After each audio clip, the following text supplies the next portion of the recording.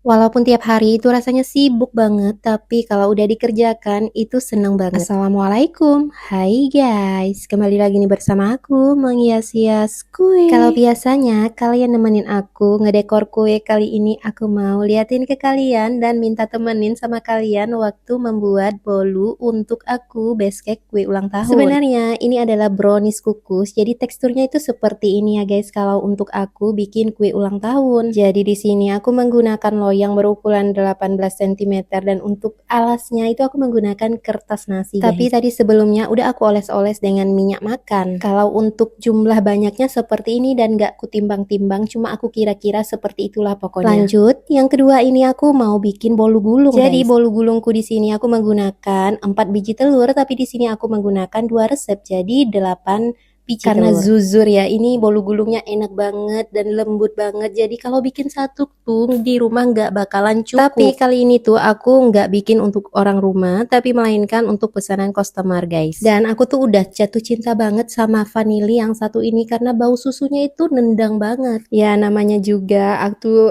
kayak OCD ya guys, karena nggak bisa ngelihat kotor dikit celap lagi, kotor dikit dicelap lagi, pokoknya nggak bisa sambil bikin kue itu melihat yang kotor-kotor. Ini aku menggunakan mentega yang mereknya Mother Choice ya guys, ini beratnya 500 gram, kata TBK-nya sih ini enak, jadi aku mau coba, tapi emang kalau yang bungkus sasetnya itu emang enak, aku nggak tahu pakai kiloan kayak gini ya, mudah-mudahnya enak, tapi kayaknya memang enak sih guys. Jadi di sini aku lagi mau menambahkan bahan lemaknya, jadi dengan teknik seperti ini, teknik pancing ya. Jadi tekstur bolu gulung itu nggak sama dengan bolu-bolu biasanya karena dia tuh teksturnya lebih lembut. Jadi dalam penggunaan tepung juga jujur dia lebih sedikit ya dari bolu-bolu biasanya. Jadi di sini aku nggak full menggunakan spatula, masih dibantu oleh mixer karena ya begitulah kalau orang males nggak ya. Apa-apa kan, yang penting hasilnya tetap santai. Jadi sebelum dituang di loyang, ini teksturnya seperti ini ya guys. Dia tuh kayak gimana ya, kayak lembut gitu. Kalau udah di sini aku pakai takar. Loyang yang aku pakai ini ukurannya 22 cm,